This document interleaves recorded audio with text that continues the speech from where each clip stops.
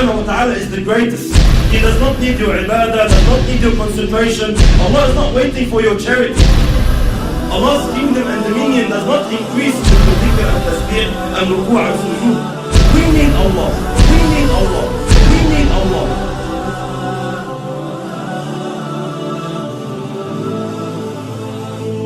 The issue of salat, the problem that we are facing with salat is that salat has to do with spirituality. It has to do with feelings that come through your heart and thoughts that come through your mind. A successful Muslim, like Allah subhanahu wa ta'ala says, قَدْ أَفْلَحَ الْمُؤْمِنُونَ الَّذِينَ هُمْ فِي صَلَاتِهِمْ خَاشِعُونَ. Verily the believers are successful, they are the ones who have khushu' in the salat. They pray properly, they stand before Allah subhanahu wa ta'ala properly. A crucial step, a crucial cornerstone in achieving this target is to know who you're standing in front of. Who are you speaking to? Which words are you reading? These feelings, this set of feelings, they have to come through your heart, and the more they take you on, the more they are in your heart, the better your salat is. And the weaker these thoughts and feelings come to your heart, the weaker your prayer is. Most of us, my brothers and sisters, when we stand in our salat, we are daydreaming. That's the honest truth. 90% of us, we're daydreaming in our salat. We're not even thinking of what we are supposed to think about. The thought of thinking of something doesn't exist. Why? Because the intention is not there, the strength is not there, the understanding is not there. This is why briefly, inshallah, what feelings, what emotions must come through our hearts standing before Allah subhanahu wa ta'ala? How can we assist? How can we basically amplify these feelings? Number one, knowing who Allah subhanahu wa ta'ala is. Who am I talking to? Who am I standing in front of? Allah subhanahu wa ta'ala, my brothers and sisters, does not need us. Allah subhanahu wa ta'ala is the greatest. He does not need your ibadah, does not need your concentration. Allah is not waiting for your charity. Allah's kingdom and dominion does not increase with your dhikr and tasbih and ruku' and sujood. We need Allah. We should be honored. Every single one of us, the second you make takbir, the second you say Allahu Akbar, should be honored. That Allah subhanahu wa ta'ala has allowed you a window of opportunity to speak to Him, to stand before Him. This is why the ulama say, whoever wants to talk to Allah, he should pray. You want to talk to Allah, start praying. When you're praying, you are directly, with no barriers, with no intermediaries, with no interpreters, you are speaking to your Lord, your Creator. This is why very, very important that we realize who we're talking to, my brothers. It's a small brief hadith. You know, Allahu Akbar, the understanding we should have who Allah subhanahu wa ta'ala is. Muhammad sallallahu alayhi wa sallam says in the authentic hadith, أَطَّتِ السَّمَاء وَحُقَّ لَهَا أَنْ طَئِتْ. The heavens have squeaked. You know, when you jump on a horse or a camel, the saddle makes a squeaky noise from the weight. أَطَّتِ السَّمَاء وَحُقَّ لَهَا أَنْ طَئِتْ. The heavens have squeaked, and they have a right to squeak. مَا فِيهَا مَوْضَعَ أَرْبَعَ أَصَابِعَ. Our Prophet is saying, our teacher is saying, sallallahu alayhi wa sallam, there's no space of 4 fingers in all this universe, إِلَّا وَمَلَكٌ سَاجِدٌ لِلَّهِ تَعَالَى, except that there is an angel who has prostrated his head before Allah subhanahu wa ta'ala. Every 4 fingers, billions and billions of angels, billions and billions of creations of Allah are continuously praising Allah subhanahu wa ta'ala. Allah subhanahu wa ta'ala says, تُسَبِّحُ لَهُ السَّمَوَاتُ السَّبْعُ. The 7 heavens and what it contains and what is in there. تُسَبِّحُ لَهُ السَّمَوَاتُ السَّبْعُ وَالْأَرْضُ, and the land, وَمَنْ فِيهِنْ, and everyone inside it, and everyone within the boundaries. تُسَبِّحُ لَهُ السَّمَوَاتُ السَّبْعُ وَالْأَرْضُ وَمَنْ فِيهِنْ وَإِن مِّن شَيْءٍ إِلَّا يُسَبِّحُ بِحَمْدِهِ وَلَكِنْ لَا تَفْقَهُونَ تَسْبِيحَهُ. Everything is praising Allah. Rock, land, tree, whatever it is praising Allah, glorifying Allah. وَلَكِنْ لَا تَفْقَهُونَ تَسْبِيحَهُ إِنَّهُ كَانَ حَلِيمًا غَفُورًا. But you don't understand, you don't comprehend the praise, you can't hear the praise. But everything is praising Allah. Allah is not in need of you. Allah is not in need of you standing, feeling obliged like most of us. Why do we pray?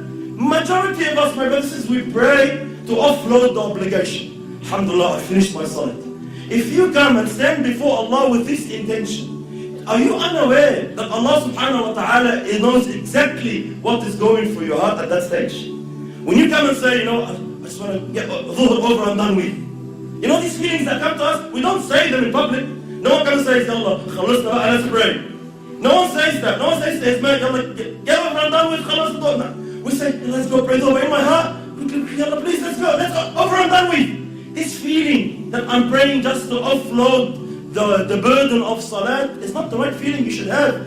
You should be honored, my brothers and sisters, wallahi, in issues of dunya. When we deal in our dunya here, with human beings like us, wallahi, subhanallah, if you stand in front of someone you're afraid of, like a judge in court, or a bully of some sort in Auburn, or a president, a prime minister, an ASU agent, wherever you stand in front of, what happens to you naturally, without no motivation, without no one to have to give you a 7-step course of how to fear him? Naturally speaking, subhanallah, your heart starts pounding. You feel something. When you stand in front of the judge and he's about to announce the decision whether you'll cop 15 years in jail or not, your heart starts pounding naturally. No one needs to give you a course. Why? Because we are aware who this person is. I know who he is. I know what authority he has. I know what he can do. I know what he can decide now. He can wreck my life. And because I know this, naturally the feeling, the emotion comes naturally. The problem is when we deal with Allah, these feelings do not exist.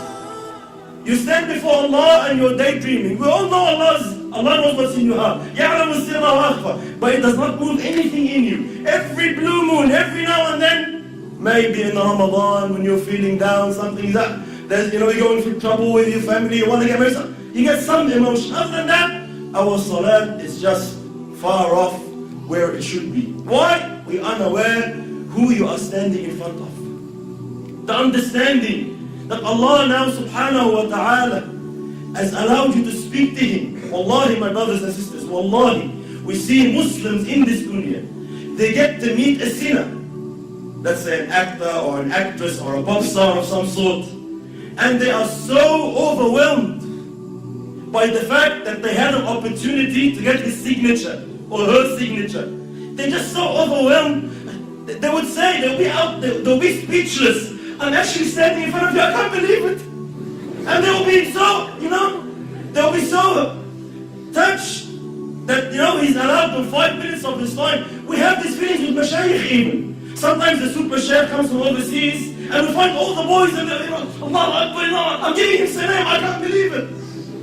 Subhanallah, every time I see such a situation, it always reminds me of Allah. Subhanallah, who is this person? Regardless, all ranks preserved. Who is this person?